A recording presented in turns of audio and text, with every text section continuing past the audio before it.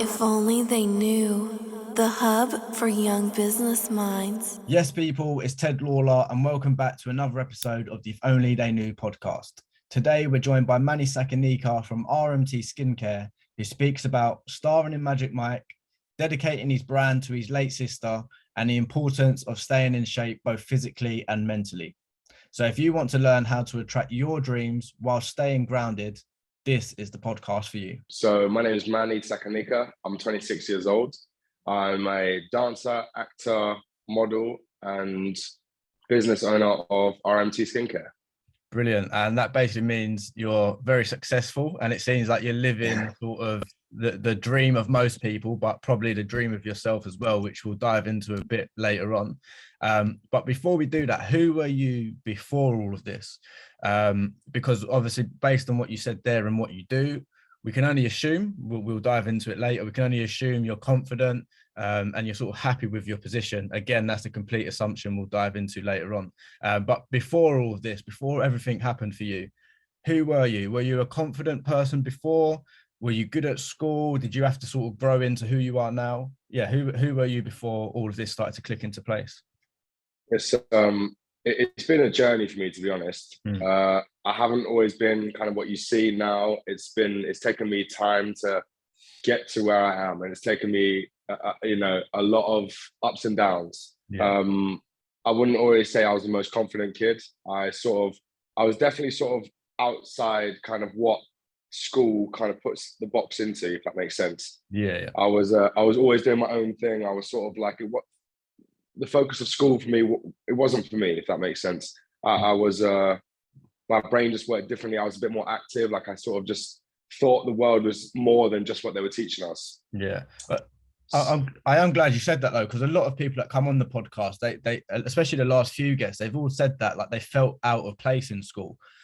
So like on that point, what do you think, or do you think that there's anything the schools can do, or the people that are at school can do in terms of the students to sort of help them fit in a little bit more? Because I went through it myself. I just felt like nothing they were teaching me really applied to what I wanted to do, or just who I wanted to be as a person. So for the young people, what do you think they could be doing whilst they're at school to get back on track in some form? Well, I see this in loads of different ways. I think whilst you're at school, I think utilize the skills that could apply to you later on. So I think maths is super important. I think English is super important. If you're writing an email, you need to learn how to like type properly, and the way that you structure things, the way that you communicate with people. So I think there are elements of school that are good, and I think that they are super valuable in the real world. Yeah. But on the flip side of things, I don't think school is necessarily for everyone.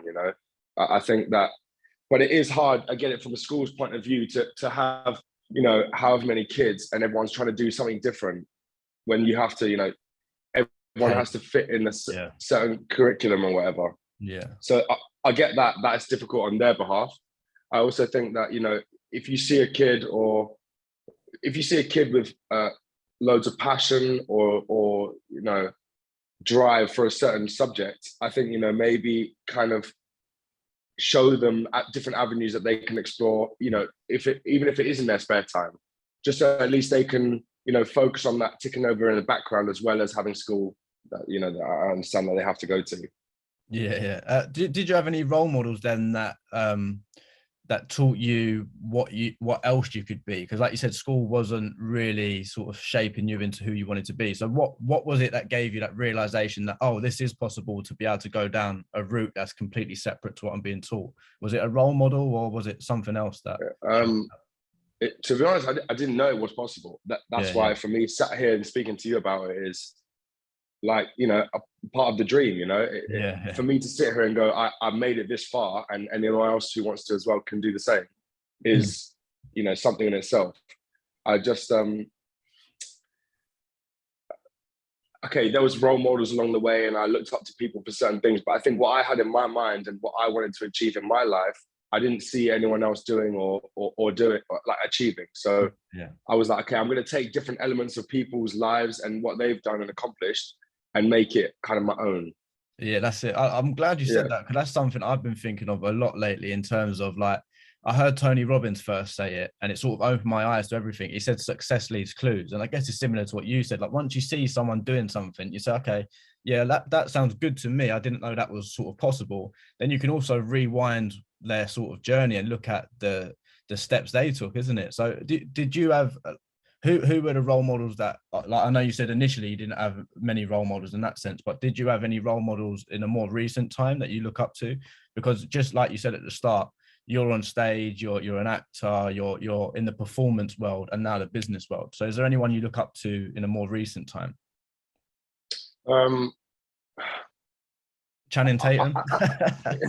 I mean, yeah, I look up to people like that. I mean, you know, you got to give people credit. I think it's more of like an inspirational thing. It's more, I wouldn't necessarily, I want to be like anyone else. I always want to stay true to me and be who I am, because there's only one version of me. And send to anyone else out there, there's only one version of you. So you be you, but take elements from different people and their lives and what they've achieved and make it your own and make your story, you know, as good as you can make it. Yeah, that's it. And the reason for anyone listening why I mentioned Channing Tatum there was obviously because you're in Magic Mike. So tell us a bit about that, because I think for any sort of person involved in the performance world, replicating that character in that show, I think, is such a highlight, isn't it? So yeah, tell us a bit more about that, how you got into it, and sort of what you're up to in that sense.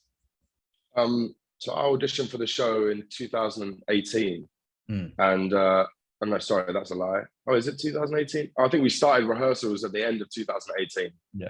So I've been there for a while, but I mean, obviously COVID was in the middle of that as well. So we took a year out.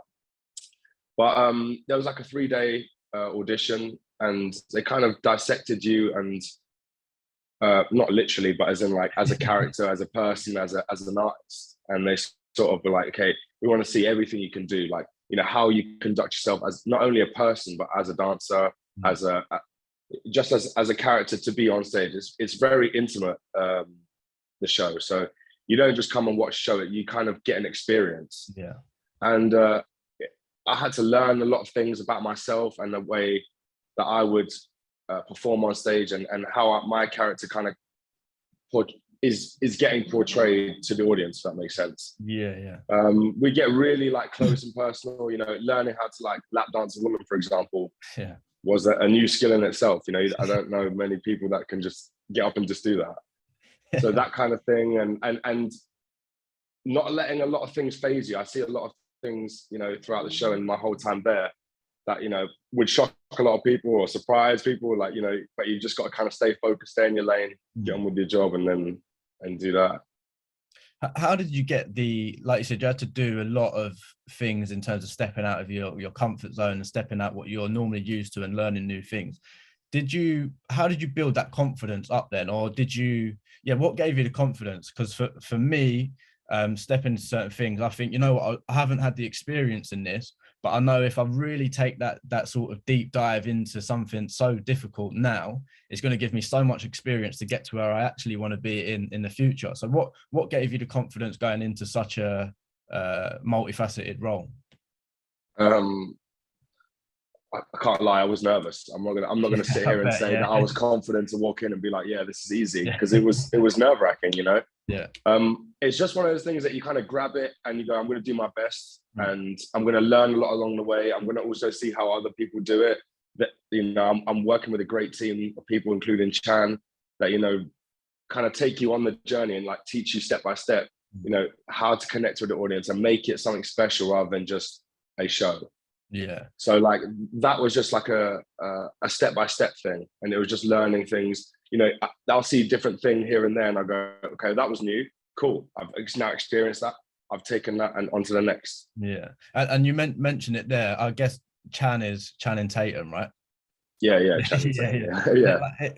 Playing such a like important role, how does it feel to actually have sort of like the person that sort of started it, if that makes sense? I don't know the best way to word it, but to have that person sort of there watching you, has he sat in and watched the shows, or does he guide you? And how does it feel to have that sort of almost responsibility on your shoulders and the person who done it first watching you? That's quite powerful, right? Yeah, it's a lot.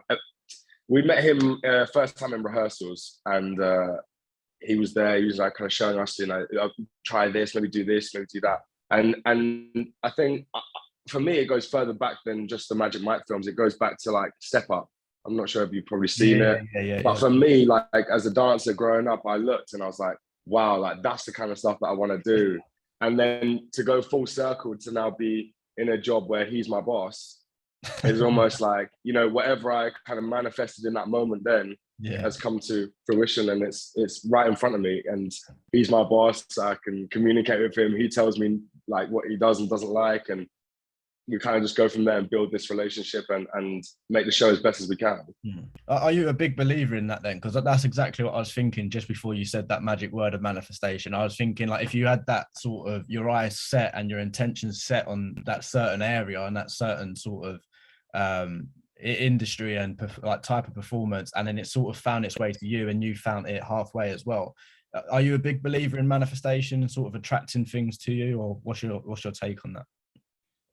Yeah, 100%. 100%. I believe that you can manifest anything you want, be it good or bad. But I also think that you have to meet it halfway with some hard work. Yes. I think, you know, yes, you can sit there until, you know, for days, weeks, months, and be like, I want this, and, you know, think about it. But going out there, as well as thinking about and staying positive and focusing on your goal, will actually make it come true, if that makes sense. You know? Yeah, that's it. And what are some of the steps you took to get to that level? Like, if you can sort of imagine it on like almost like a ladder in a sense, like where does that part rank for you? Obviously it's high up there, but do you think you can sort of get more out of the performance world and go up another level if there is another level? And also on that, what were the steps before? Like, did you do like lesser, like not lesser roles, like, but you know what I mean, like minor roles in certain things, like most sort of performers do, like whether it be in an extra or in a different sort of genre or something, and sort of work your way up? Yeah, what's your take on that sort of hierarchy, I guess? So go back to the manifestation thing. I think what I've done and what I've found is helpful for me is if I write something down, and I tend to do it sort of once a year. As the new year starts, I set a new sheet of goals and I go, okay, let's try and achieve, you know, all of these. And I work towards them throughout the year. But going back to my career, I started like everyone else. You know, I started off doing, you know, maybe the jobs that I didn't want to do, or, you know, I was just sort of doing it because I needed to pay rent, or, you know, whatever it needed to get done. And then, but by having the goal in my head and going, okay, I know that I've got to do this to get to the next bit. I'll get seen by doing this, you know, just trying to get my name out there, my face, so people can familiarize themselves with me. Go, oh, he's got, you know, he can do this, he can do that. And kind of just building those relationships and actually like building a trust with people, you know, because, you know, if someone puts you on a job, they're trusting that you're going to deliver whatever they have in their mind, and, you know, the client or whoever it is. I think that on that sense, like, do you enjoy that process? Because I think a lot of young people don't appreciate that, those steps that you need to take. You need to go to a job that perhaps you potentially don't even want, but it is sort of to get you to that next stepping stone. But I don't think many people appreciate that. But have you enjoyed the process, and have you had that in the back of your mind from the beginning, or was it something you picked up on a little bit later on? Okay, the way I see it is when I'm in it and when I've been experiencing it, I can't lie, it's not been easy at times. Yeah. You know, sitting there going, you know, I know that I can do more. I can offer more, but I'm only at this level, or I'm only at that level. I'm only here, I'm only there. And, you know, and being in it it's harder to stay positive than it is when you're out of it and you've got the, you know, the work that you want or whatever it is that you want. But looking back, I'm so grateful that it went the way that it went, you know, because when you do get to the position that you get to, you've got all this experience behind you and you've learned so many things along the way that you might not necessarily have learned if you didn't take those steps. You know, sometimes if you jump to the top, you get a bit lost because, you know, you got here so quickly and you're just sort of like, okay, well, you know, now what? Or, you know, you don't know how to manage it sometimes. Yeah. So sometimes by taking the smaller steps, in the end, is actually better for you. And I think it's part of the journey, you know. You can sit here and say, oh, this happened and this happened and this happened, and then I got to here. rather than just I got here and that was the end. Yeah, that's it. And You know what I mean? I feel like it's a better story. Yeah, it is. It definitely is. I've seen a lot of like young people. I won't name who or what, but like I've seen the people that have been given the opportunities from their like mum and dad, the people that can make one phone call and get them to exactly who you want to be. Yeah. And I've seen the people that have grafted for like years and years and years throughout school and stuff like all those after hour things to get to where they want to be. And like you can see the difference, can't you, in the people that were given it and the people that grafted for it.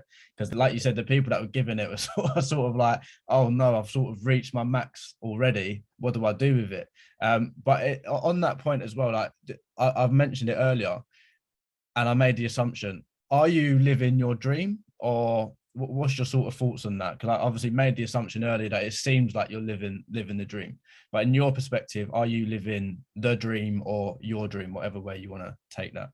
In some respects, yes. If I was to look at myself as a kid and go, okay, you know, at this point in your life, you're going to be living like this.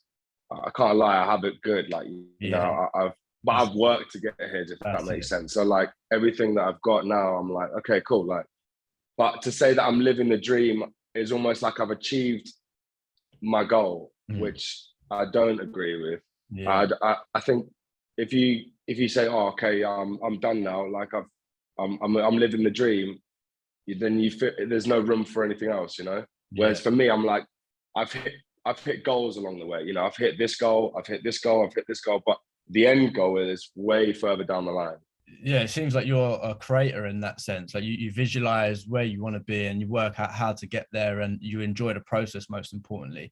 And another thing you created is of course the male grooming brand. So if you don't mind, tell us a bit more about that, how you got into that. Because it seems like a complete sort of parallel to the performance world, doesn't it? Entering the business world and adding another whole level of responsibility onto your shoulders. So tell us a bit more about the brand, and then we'll dive into how you got into it after. Yeah, so RMT is a male premium skincare brand. It started in lockdown. It was actually one of my lockdown projects that I sort of just put my head down and worked on. And we launched fully at the end of November 2021. Yeah.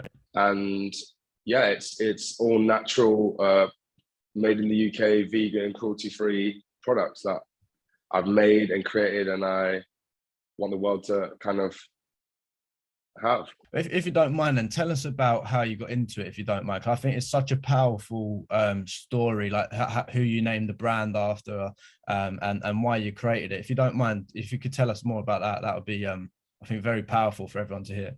Sure. So in 2019, I lost my younger sister, and she was in the industry as well. She was a makeup artist, and we spoke about kind of, you know, what kind of products are out there in terms of like, you know, what people put onto their skin.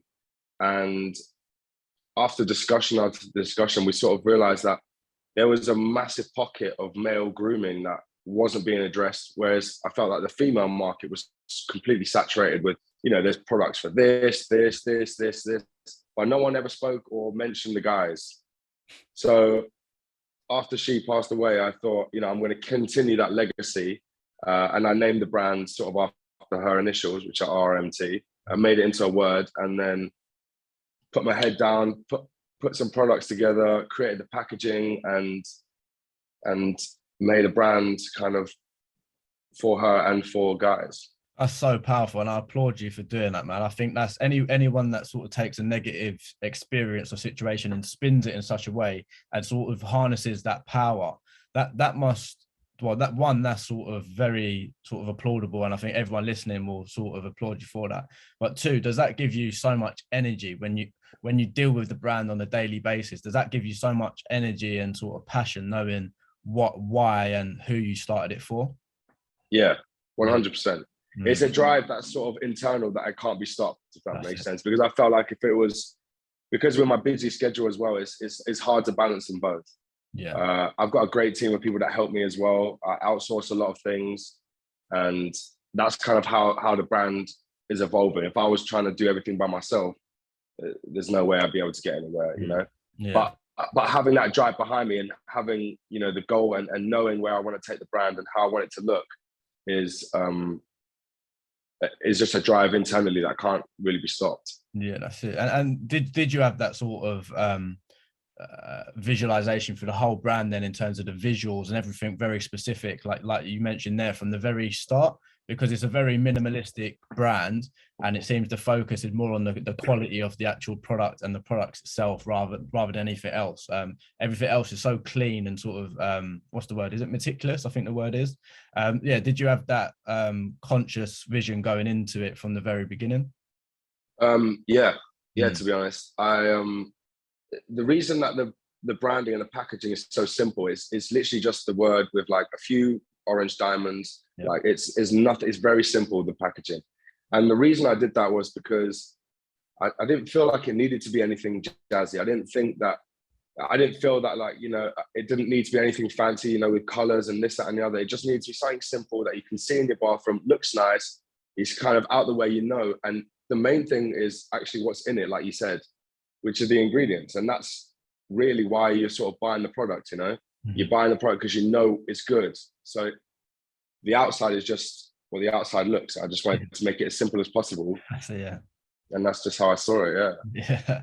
So in the very early days then, like, how did you actually sort of get started? What were some of the practical things you did and some of the steps you encountered? Like, because I heard you on another podcast, you mentioned that you outsourced quite a bit as well. Did you do that? And if so, why? Because I think that's an important point that people miss out. They think because they can't do something, it can't be done. And really, there's probably a million other people that can do it for a price or for something else in return. This is true.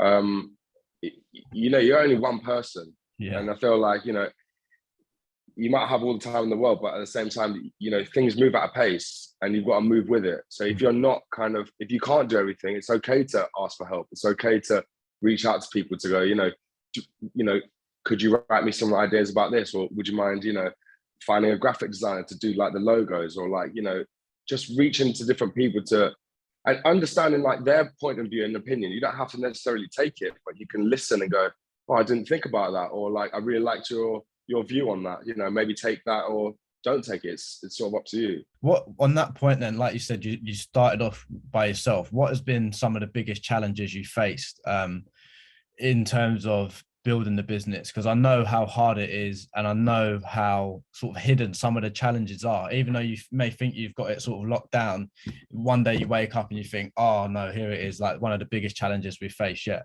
So yeah, what are some of the challenges that you face with this business? To be honest, everything. Yeah, I'm not gonna sit here and tell you that it was easy. I'm not gonna sit here and go, yeah, it was a breeze. Like because it's been difficult, and every step has challenged me in different ways. You know, a lot of it has been patience, because not everything runs on your time, you know, as much as you want it to. You know, sometimes you're waiting for something, or, you know, this piece of paper hasn't come through, or that hasn't happened, or this, you know. So that's a key element in it, and figuring out what works and what doesn't work. And I feel like that's something that is a continual process throughout the whole journey, if that makes sense. You're always figuring out, you know, when we introduce new products, it's, you know, are these the right products for the customers? Did they want these, or would they want these? You know, it's everything about starting a business is challenging. Yeah, everything. Yeah, but you've just got to kind of stick at it. Focus is the main thing, and knowing that, you know, it will come. It will come. What are some, on the flip side, what have been some of the best moments for the brand, but also just in your journey so far as well? Because it seems like you've done so much. So what have been some of the best moments just in your journey? Firstly, with the brand, just creating something in your mind and then watching it come to life. Yeah, I like that. Is magic. It's actually magic. Like it's such a crazy experience and a feeling to understand until you do it. You know, I had all these things in my head, like how I wanted it to look, how I wanted it to smell, how I wanted it to feel, you know. And then once you get it, you're holding it, you know, you actually got it in your hands, you know, you can put it on your skin. Everything about it is a feeling. I can't really explain it, you know. Yeah. That's like a pure magical moment. Yeah. And it kind of gives you drive, because you go, oh, I've done it. I've actually done it. You know, it might not be perfect, but I've done it. And then you go, okay, cool. Let's work on what we've done and then keep going. and that gives you like a bit of a drive. And in terms of my career, like so many things. I've been so lucky to travel the world with my work. I've been so lucky to see myself on TV, in films, and performing every night to screaming crowds, arenas. It's actually been incredible, and I've seen and experienced things that I never thought I ever would. So that in itself has been, again, a magical. Yeah, that's so weird that you said that at the end, like magical, because I was going to say, was you in Cinderella, or have I got that wrong? Because I looked on Twitter and I see that like all the girls were going mad, like, oh my god, who's that guy in Cinderella? And like there was screenshots of you and stuff. I was thinking, no way. Yeah, like obviously that must have been, like you said, a magical moment. Yeah, tell us a bit more about that, and how have you sort of handled the attention that you've received, and then also how do you manage sort of your personality, I guess? I know that's quite a deep question, but I know, like, if I was to get the attention you've got, I'd probably lose my mind, to be honest. I'd be like, yeah, I'm the guy, like I'm in this, I'm in that, like I'd lose my mind. So how do you stay grounded, I guess, is the question. To be honest, I don't really think about it. I'm really appreciative of all the support. I love like reading comments. I love like when people interact with me via social media. It's good to feel that your talent's being recognized, and like people love what you're putting out there, you know, whether it is a film or a live performance. It's like rewarding for people to come back and go, I love this, or like I really think you're this and that. It's a nice feeling. Yeah. At the end of the day, I'm just me, you know. I'm just a guy who had some dreams, worked on them, made them come true, and continued to kind of go on my journey. I don't think that this is the end for me. Like I'm just getting started. So I feel like if I let it kind of consume me, and you know, I start going off like on a tangent about it, how amazing I've done, I'm not really grounded. You know, I try and stay grounded as possible. And keep focusing on my goals, and it gives me more drive that I've come this far. So I go, okay, let's do this again, even further. Yeah, and the next level. I love that, man. I love it. Yeah. What would you say, like, because obviously you mentioned there like the stuff about your sister and making the most of it. What would you say to those people out there? Specifically, my audience is mostly young people. So what would you say to those young people that have been or are going through really bad times, no matter what it may be? Because there's a broad spectrum of things that can happen to you in life, isn't there? But what would you say to those people that have been through a really tough time and perhaps are struggling to find a way to sort of bounce back or leverage that energy that you have? What would you say to those people? I'd say stay focused. Stay focused. I'd also say that tough times don't last. You know, like they'll pass. You know, life. You never know what's around the corner, and life throws things at you. You know, you don't expect. But I think if you stay focused on your goals, you really work at them, and you know, anything is possible. So if you're listening, wherever you're listening or watching this video, if you've got something in your mind and you truly believe that you can do it, run ahead and do it. Because believe you me, it will come true. If you work on it, you believe it, you stay focused, do it. You know, you might have to sacrifice a few things. And I think discipline is super important within the factor of trying to make it, you know, because you've got to do things that everyone else around you isn't doing. And it's a lonely journey sometimes. It is a lonely journey. Yeah. You know, you miss out on maybe a few parties, you miss out on, you know, this, that, and the other. You might not have to, you know, holidays or this, that, and the other. But it's knowing that, okay, I'm going to miss out on this, but in the future, you can go to any party you want to go to, you know, and there's always going to be parties, or there's always going to be something. So, but focus is the main thing. Focus, discipline, and perseverance.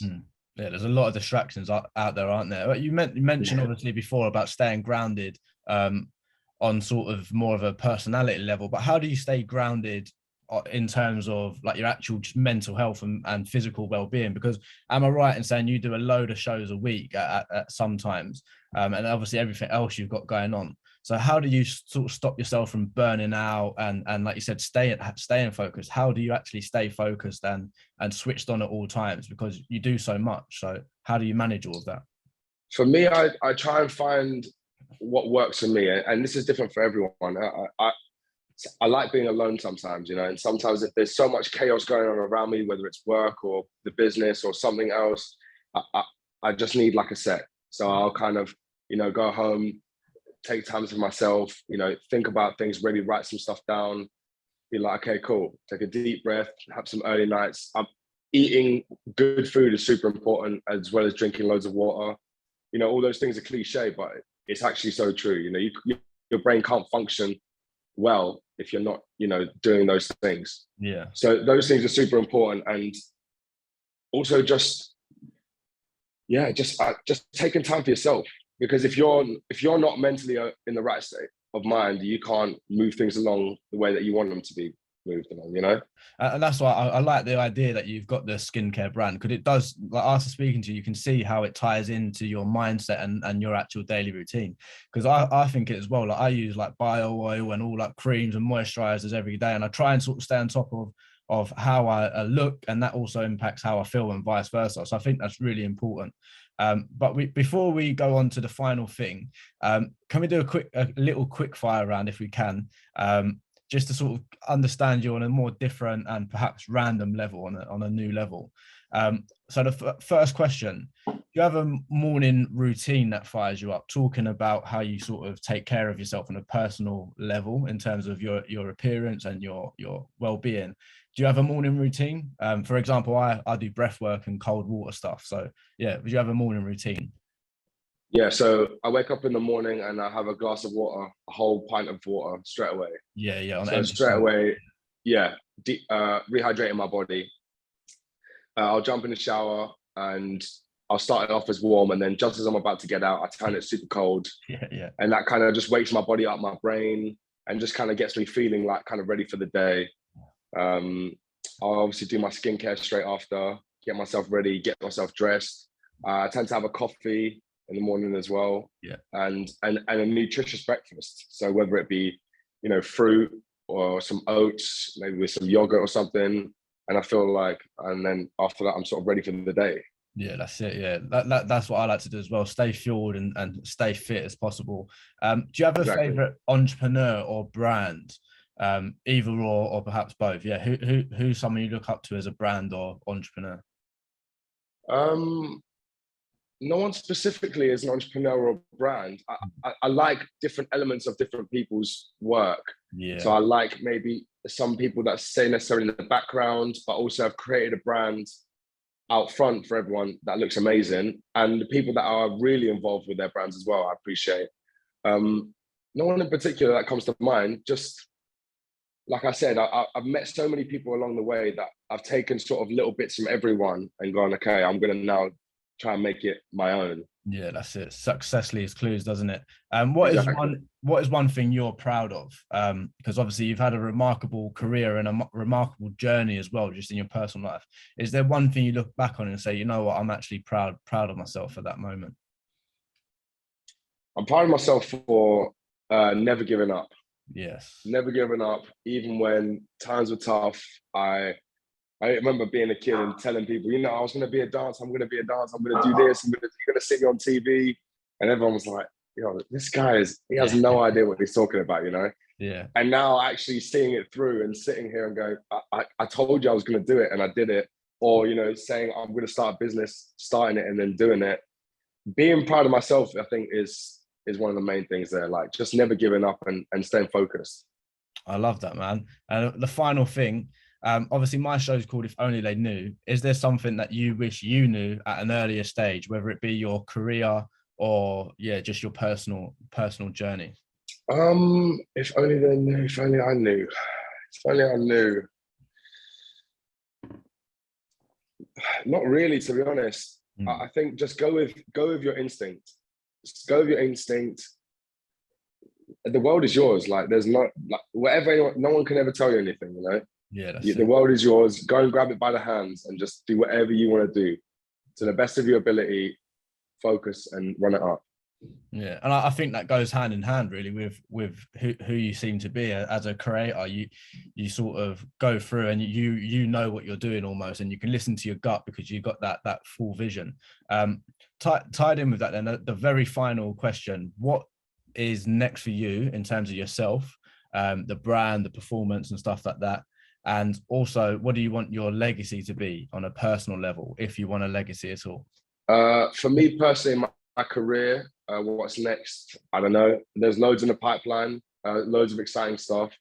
So I'm gonna just see what's next in terms of options. I'm open to anything. I'm sort of waiting for the right moment. I'm sort of using the time that I have now in the show to kind of reassess a lot of things, see where I want to go next, what I want to achieve next. Yeah.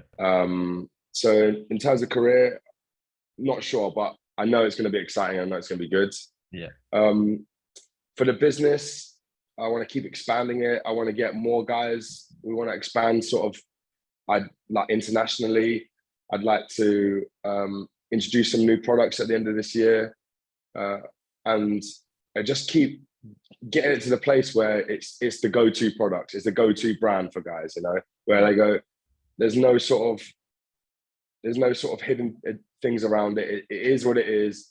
It's all natural. It smells great and it's good for me. And in terms of legacy, I don't know about legacy just yet. I'm just trying to write the best story I can while I'm here. I'm just trying to write, the best kind of journey that I can do. And with my manifesting and focusing, I'm just going to go as far as I can and look back and go, wow, what a journey it's been. Yeah, that's it. Enjoy it, isn't it? Well, it's been an absolute pleasure, mate. Thank you so much. The floor is now yours. If you've got a final message or just want to tell people where to find out more about yourself and the brand, please let everyone know now. Okay, cool. So if you want to get tickets for Magic Mike, I'll be there. It's at the Hippodrome in Leicester Square. And for RMT, you can go to rmt.co.uk and all the products are there. We're also available on Amazon and Humanary. And I just want to say thank you to you for having me on the show, Ted, and thank you for inspiring young people and giving young entrepreneurs a platform where they can speak about their journey and, give advice to the younger generation as well.